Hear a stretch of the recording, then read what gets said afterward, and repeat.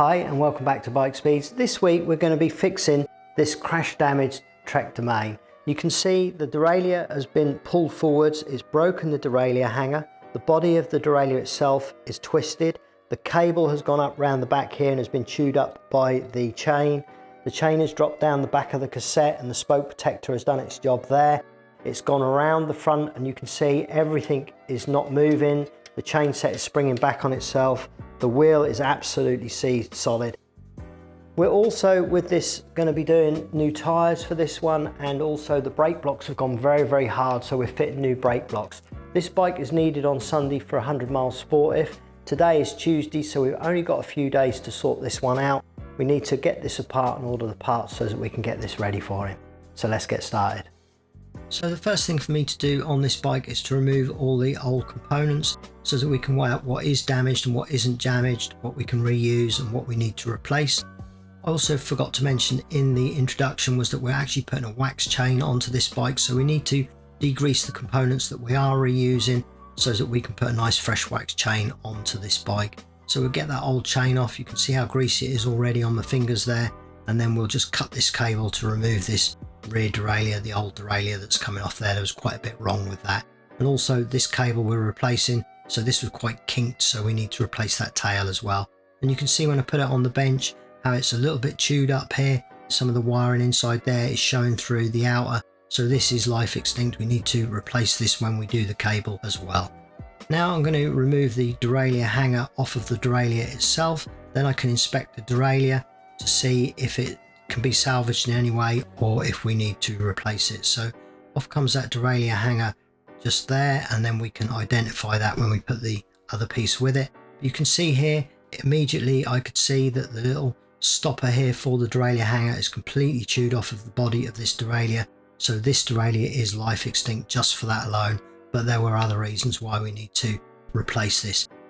You can see here the body of between the jockey wheels is also bent, big gaps here at the end. Comparison with this end, it's twisted as well. But a 10-speed derailleur is actually a very hard thing to get hold of. Currently with my wholesalers, there's no 10-speed derailleur that will work with an old generation 10-speed shifter.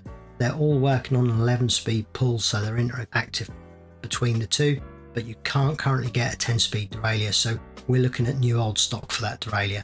But thankfully we had a second-hand one in stock that we could use for this bike. I'm going to extract the old parts of the derailleur hanger that are still on the frame. It actually snapped right across that thread, so one just fell out and the other was quite loose, so we just removed those. We'll be replacing those anyway with the new derailleur. You can see here, once I lay the two parts together, it actually snapped right across the thread where one of those bolts holds it to the frame, so it snapped completely there. That was its failure point. So we're going to fit a wheels manufacturing one on this, so first thing for me to do is to identify it on my wholesalers, check that it's in stock and get that ordered. That's actually the biggest delay for this bike. We keep all the most common derailleur hangers in stock, but there are odd ones like this one that we don't have in stock, so we needed to order it. So that's now on order while we do the remainder of the work. Spoke protector there, done its job, protected the spokes. This is very grimy with oil and grease on this rear cassette, so I'm going to put this through the ultrasonic cleaner. We want all that oil and grease off of the bike before we put a fresh wax chain on it. Likewise with the chain set, I'm going to remove this off of the bike so that I can really in-depth clean this. I'm going to remove the left-hand pedal arm in order to get the chain set off. While it's off, it's a good time for me to check the bearings as well, so I'll also do that when it's off the bike and make sure that they're all okay, which they were in the instance of this one. But you can see here on the small ring there how the oil has built up and it's got a little tide line, a little debris line there, so we need that to be spotlessly clean for the fresh wax chain. So I'll strip those down shortly and that will then go through the ultrasonic cleaner. Also, I'm going to remove the front derailleur. Obviously the chain has twisted through that. I need to make sure that that's okay. Again, you can see that oil's built up and then it's caused a pasty grit on the bottom of that. That's like a thickness of grease and oil there where debris infused into it and has thickened it up. So we need to make sure that as well is spotless. And actually that front derailleur was absolutely fine. I noticed here that the bolts holding this chain set together were really over tight, and they were very tight. It was quite an arm wrestle to get those undone, but when we put it back together we'll torque those. So we can now remove all these nuts and bolts that hold this chain set together, and then we can clean up the rings themselves and make sure that everything's spotless. off comes the small ring, off comes the large ring there, and then we can get those clean. This is our ultrasonic cleaner, so I'm putting in there the parts that we do need to clean up for this fresh wax chain, so derailleurs, cassettes, but I'm also going to pop in there a brand new chain as well. Then we can degrease that brand new chain before we wax it. So these have now gone through the ultrasonic cleaner. You can wash these down with warm soapy water, clean them out with a microfiber towel. The microfiber actually does most of the cleaning. We don't show that as it takes ages and there isn't really much to see when I'm doing it.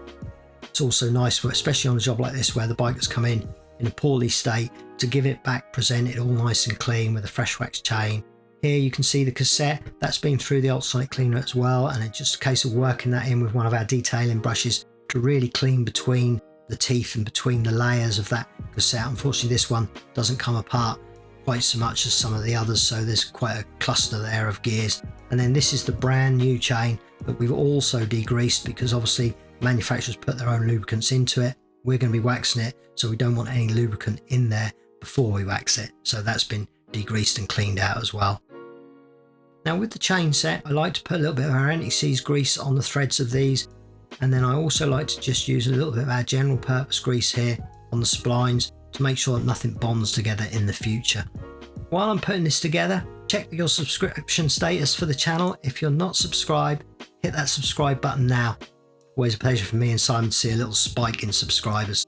Likewise, if you're looking to service your bike, a lot of the things we're using in the video today, tyres, chains, cables, are available on our website. Some of them are exclusive to us, and it's a great way of helping me and Simon out to make this all worthwhile, the journey on YouTube.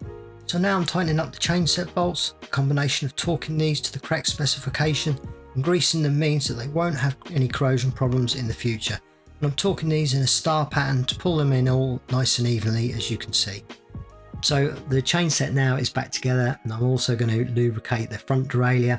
Although this isn't a servicing video, obviously I've had this off, I've degreased it, I need to make sure it's all lubricated correctly before it goes back on the bike, so that's what I'm doing there.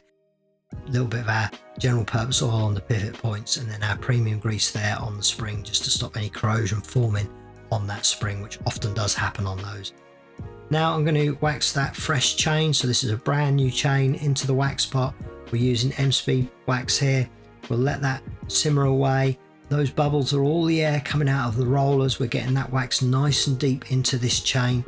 Really, really lovely way of lubricating the chain. So once that's all settled down, pull that out, and then I'll hang that off my vise to allow that wax to cool down. It hardens off when it does cool down, but then we can break down that hardness of the wax, which gives it its smoothness and the way that it feels on the bike. It's nicely lubricated deep in them rollers because it is a molten wax, it's a liquid wax, so it pours into the rollers, really lubricates them nicely. So I break down that wax, and then when that goes on the bike, you haven't got that oily mess that you get, which is what I'm now washing off this wheel. It's a nice dry lubrication. So with centrifugal force, you get a lot of oil, especially when the bike was as wet as this one was. And a wet oil bike is a good thing, really. It's better than a dry one, but that oil will flick out with centrifugal force, and it's all around the rim. It affects the braking surface, it dulls off the rims, spoils them a little bit for the aesthetics. So I'm washing that rim down now so that it's nice and clean when I present it to the customer, and all that old oil is off of the bike because we are now putting this dry lubrication on. Wipe that down with a microfiber towel, and then I'll just put a little bit of our general purpose grease on the splines of the hub here.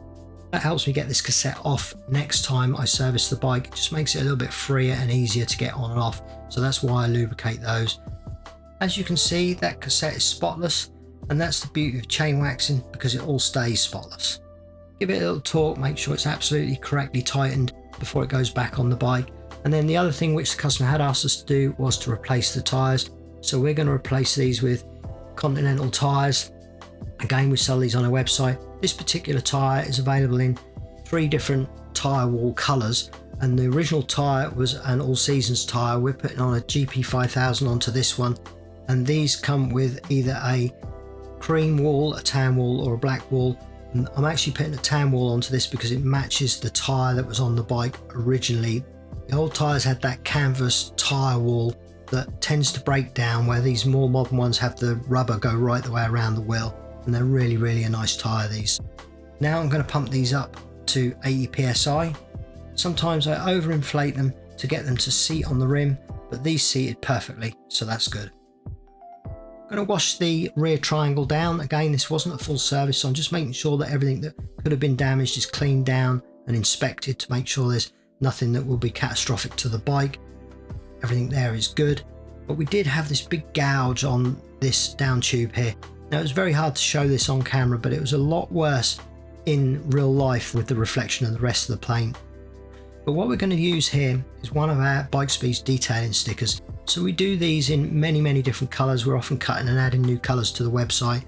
They're just a great way of protecting and covering up damage on bike frames. So here we're using the gloss black, and I'm going to use one of these little oval shaped stickers here to go over that damage, just to take your eye off it and also protect that from any further damage, and that's a nice way of just detailing up the bike. Then I'm going to replace these brake pads. Now, these were very hard. They were a grey rubber. I'm actually replacing these with genuine Shimano brake pads. I think often with things like this, especially on an aluminium rim, you cannot beat the OEM original manufacturer rubber. It's been well researched and it's a good rubber. So these are the new brake blocks going in here. So this bike will actually stop completely differently to previous where they'd gone hard. I'm now also going to replace the rear derailleur cable. Again, I'm using one of our own super slick gear cables. These are available on our website as just the cables or in a kit where you'll get all the outers and the ends and everything else. So we do these in a black and a white kit as well as individually on their own, as you're seeing here. So we're just popping in the new cable at the hood there, and then I'm going to put in the chain set. Just adding a little bit of grease here to help it seat into the bearing seats. Helps it slide in, so that's in nicely. On goes the pedal arm there as well. We'll actually tighten this all up. The preloader on the bearing, I've done that fairly lightly. I never over pre-tension the pedal arm because it can slow up the bearing and actually wear it quicker, so I've got that dead right. Then I torque that pedal arm up. Again, nothing too crazy. I see these over tightened a lot, but they all have the torque spec written on them. And then we can put on this nice clean front derailleur. So always a pleasure when we put something like this back on where we've cleaned it up. And I'm reusing the cable here. There was nothing wrong with that. It was all set and correct when it came in, so everything there will be absolutely fine. So I then adjust that to get it in the right position, and then I can torque both the pinch bolt and the frame mount, and then we can pop on this brand new derailleur, which has now arrived. I think this arrived on the Thursday and we completed video in this on the Friday, so that's now back on the bike. We've got a used derailleur going on here. This is actually an old Tegra one that actually belonged to me. It was on one of my bikes, but it's in our spares box because, as I mentioned, this 10-speed is really tricky group set to get hold of. You can no longer buy it new. It's always new old stock or second-hand parts, so it's something to consider with your bike, maybe getting a spare one just in case something like this happens to it, because it's going to be an ongoing problem with Shimano 10-speed of the older generations where parts are going to dry up. On goes the rear wheel. Now we've got this lovely freshly waxed chain going on here on that beautifully clean drivetrain. Clearly this bike will benefit from the chain waxing. That greasy paste that it came in with would have been wearing down the components, so it's a nice upgrade on this one. And then I can check all the adjustments of the gearing, do a little bit of thumb adjustment to make sure everything's changing gear nicely, and it actually ran up and down these gears beautifully. It was a really smooth shift on this one, so quite pleased to give this back to the customer. Also check the front, because although there shouldn't be any adjustments needed, we do need to check that. Now the last thing I need to do is to torque up the derailleur mount and pinch bolt, and that's all the work on this bike completed now. So that's this Trek sorted out now, ready for his Sportif on Sunday. Today is Friday. We've managed to get all this work done this week. Obviously he's got his new tyres now, so he'll have good performance there. Great brakes now with the new brake blocks, and everything all nice and clean with that lovely wax chain on the drivetrain.